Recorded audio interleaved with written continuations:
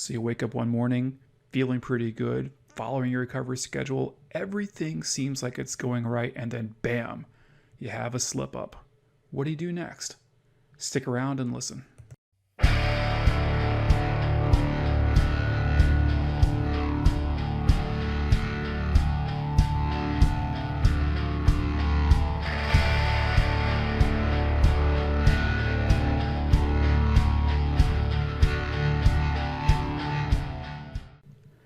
I've been in a lot of recovery rooms. I have had a lot of sponsees. Slip-ups just come with the territory.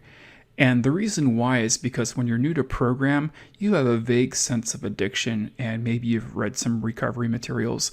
But early on in that process, there's a discovery of the self about what's really going on with you. And sometimes when we're working through the early steps, you just miss things. You just do. And the reason why is because normally when we're dealing inside of the addictive cycle, the trigger mechanisms aren't really known to us. All we know is the craving.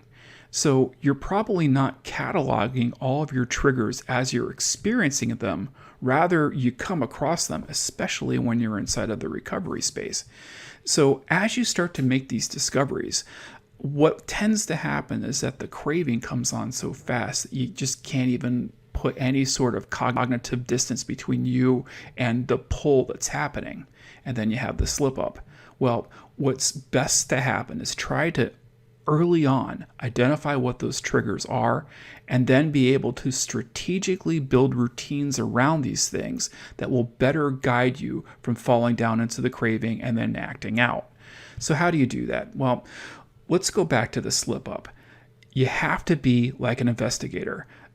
Sherlock Holmes, if you will, had the funny hat on with a pipe in your mouth, and you're going to be treating the slip up like a crime scene. You really dig down into the details.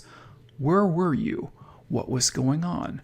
What were you experiencing? Was there a heightened emotional state? Were you sad, happy, depressed, anxiety ridden? What was going on at that time? Were you doing something at the time? What was the location?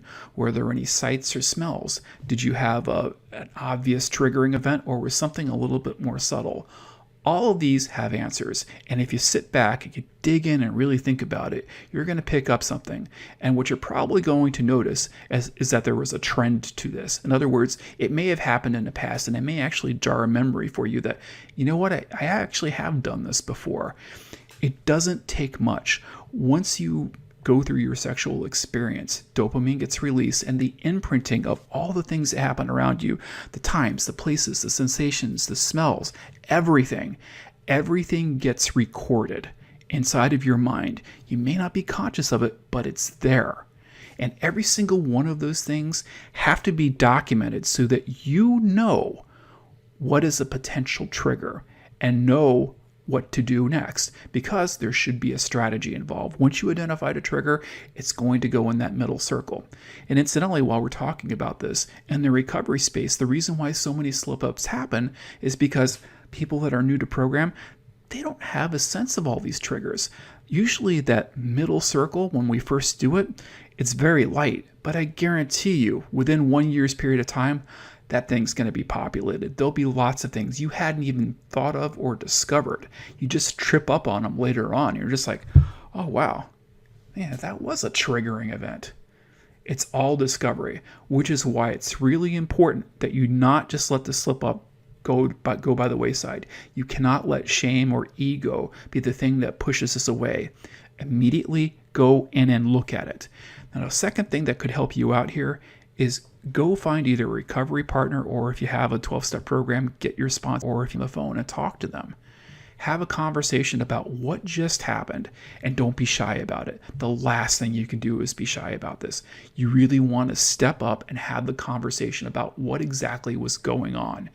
And through that conversation, as you start talking to these things, not inside of your mind, but out loud, as you start talking about these things, they start to become more relevant and present inside of your life. And they also hold seeds in your mind so that you're going to be cognizant about the next time this happens.